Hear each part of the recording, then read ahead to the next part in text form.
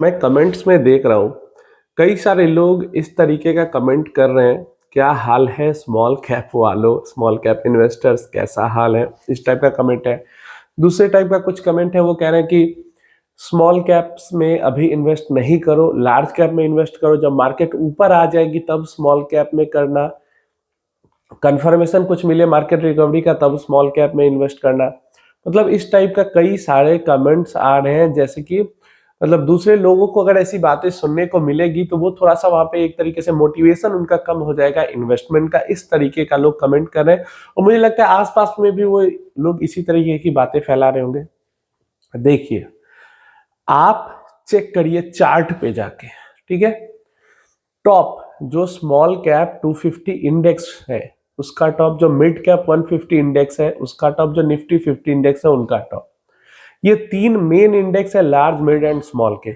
इन तीनों के टॉप से और आज के डेट तक में कितना गिरावट हुआ है। निफ्टी 50 में भी 10%, मिड कैप में भी 10%, स्मॉल कैप में भी 10%।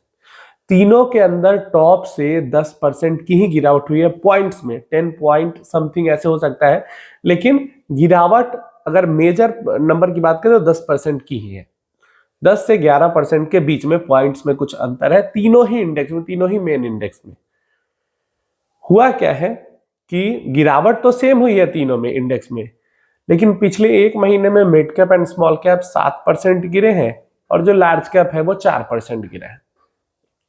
यही जो गिरावट उतनी ही हुई है, लेकिन यही गिरावट जो लार्ज कैप में है वो थोड़े लंबे समय में हुई है और मिड कैप स्मॉल कैप में पिछले एक महीने में ज्यादा गिरावट हो गई है।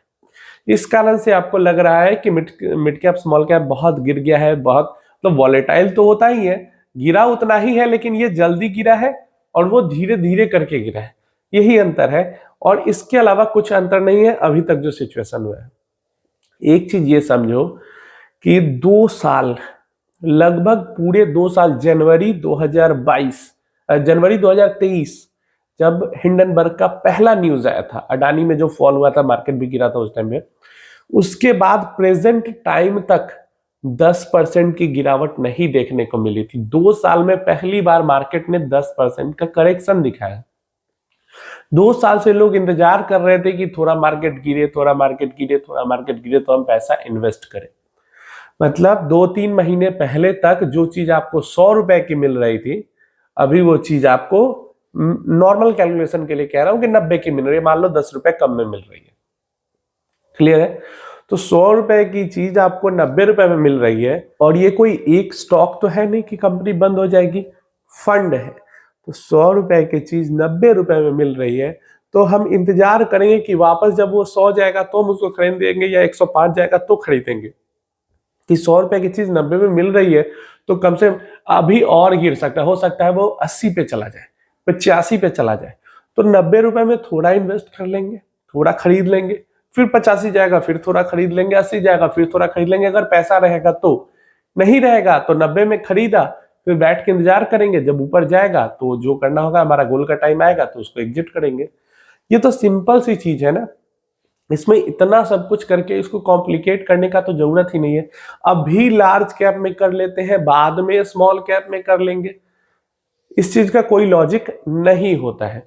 अगले 1 साल 2 साल तक स्मॉल कैप फंड रिटर्न नहीं देगा, इसलिए लार्ज कैप में इन्वेस्ट कर ले, इस चीज का भी कोई लॉजिक नहीं है। अगले 1-2 साल तक अगर स्मॉल कैप में कंसोलिडेशन होता है तो इस 1-2 साल में आपकी अच्छी खासी एनएवी की यूनिट्स, म्यूचुअल फंड स्कीम की यूनिट्स एक्युमुलेट हो जाएगी लो एनईवी पे। उसके बाद जब दौड़ेगा स्मॉल कैप, जो ये लोग जो बैठे हैं ना कि अभी नहीं इन्वेस्ट करेंगे ऊपर आएगा तो उस दौर को ये पकड़ नहीं पाएंगे, क्योंकि आपने बहुत सारा पैसा डाल के 1-2 साल में, अगर खुदा न खास्ते 2 साल तक रिटर्न नहीं बनता है तो 1-2 साल में जो आपने यूनिट्स एक्युमुलेट कर ली होगी उस पर आपको भयंकर पैसा बनेगा उस टाइम पे। और ये सब चीजें लोग नहीं समझते हैं।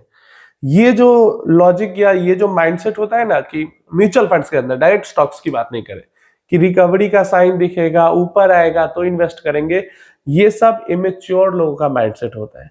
जो मार्केट को समझते नहीं है, या तो नए हैं मार्केट के अंदर में, या फिर अगर पुराने भी है तो उन्होंने पैसा नहीं बनाया है मार्केट से, क्योंकि उनका माइंडसेट ही वही है। पूरी दुनिया के बच्चे बच्चे को यह समझ में आता है कि नीचे खरीदना है ऊपर बेचना है, और उसी के उल्टा ये लोग काम करते हैं, ऊपर खरीदते हैं नीचे बेचते हैं। तो समझो इस चीज को, अभी आपको एक तरीके से डिस्काउंट पे चीजें मिल रही है, फ्यूचर में डिस्काउंट हो सकता है थोड़ा और बढ़ जाए।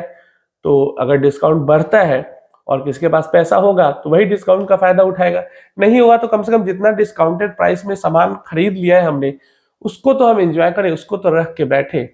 तो डरने की चीज नहीं है। अगर 1-2 साल तक रिटर्न नहीं बनता है कोई दिक्कत नहीं है, पास्ट में भी 3-3 साल तक, 3 साल का पीरियड भी रहा है स्मॉल कैप के लिए पूरा फ्लैट।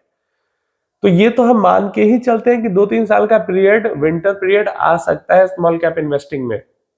वैसे आगे उम्मीद कम है कि 2-3 साल का पीरियड आए विंटर, क्योंकि मार्केट बहुत ज्यादा डायनेमिक हो चुका है, बहुत फास्ट मूव करता है। तो 2-3 साल के लिए रुकेगा नहीं मार्केट, लेकिन हम मान लेते हैं आ भी जाता है, वो तो पहले से हमने माइंड में डाल के रखा है ना कि ये चीज आ सकती है।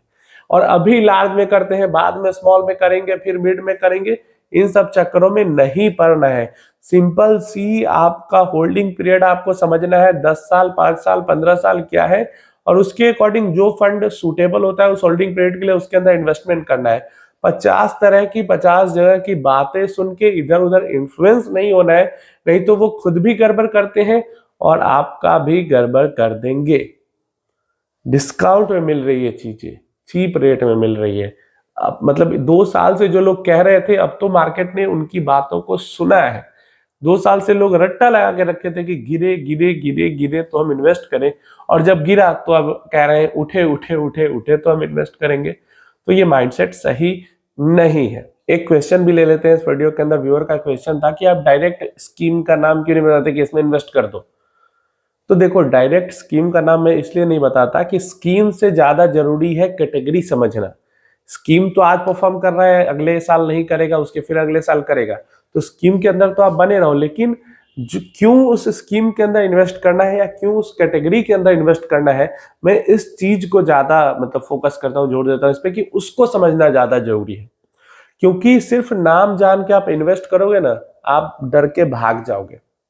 लेकिन क्यों इन्वेस्ट किया उसके अंदर, होल्डिंग पीरियड के कारण, गोल के कारण क्यों इन्वेस्ट किया है, वो अगर समझ जाओगे तो आप डर के नहीं भागोगे, आप वहां पे बने रहोगे। क्लियर है? इसलिए मैं डायरेक्टली ये नहीं कहता कि इस स्कीम के अंदर इन्वेस्ट करो, इस स्कीम के अंदर, इस स्कीम के अंदर, नहीं। आपका होल्डिंग पीरियड क्या है, क्लियर है, कितने सालों तक आप उसको रोक के रखोगे, आप वॉलेटिलिटी से डरोगे तो नहीं। दो चीजें होती हैं, आप कितने सालों तक रोक सकते हो पैसा को, और पैसा आपका कितना निगेटिव पॉजिटिव होगा तो आप डरोगे नहीं। ये दो चीज आपकी कैटेगरी डिसाइड करती है म्यूचुअल फंड की। बाकी स्मॉल कैप कैटेगरी में 2-4 फंड छोड़ो, बाकी सब अच्छा ही कर रहे हैं। मिड कैप में सब में वही, तीनों कैटेगरी में वही हाल है।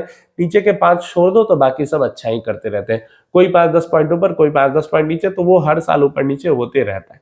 तो इसलिए कैटेगरी सूटेबल समझना जरूरी है। स्कीम के ऊपर उतना डिपेंडेंट होने की जरूरत नहीं है, उतना फोकस करने की जरूरत नहीं है।